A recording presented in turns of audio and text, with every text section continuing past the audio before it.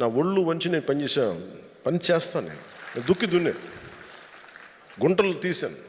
గుంట తవ్వడం ఎంత కష్టమో నాకు తెలుసు. మామిడి చెట్లు ఎండిపోతూ ఉంటే నా 8 ఎకరాల పొలంలో ఒక సంవత్సరంలో 100 మామిడి చెట్లు ఎండిపోయినాయి. ఏడుపు వచ్చేసింది. పచ్చడి చెట్లు ఎండిపోతాయి.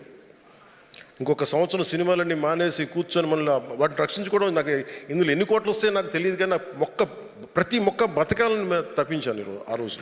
ఆ శ్రమ చేస్తున్నప్పుడు వెన్నెముక విరిగిపోతుంది. నాకు తెలుసు ఎంత కష్టం. నొప్పులు వచ్చేస్తాయి. గడపాలు పట్టుకుంటే చేతికి ఇవి కణుపులు వచ్చేస్తాయి.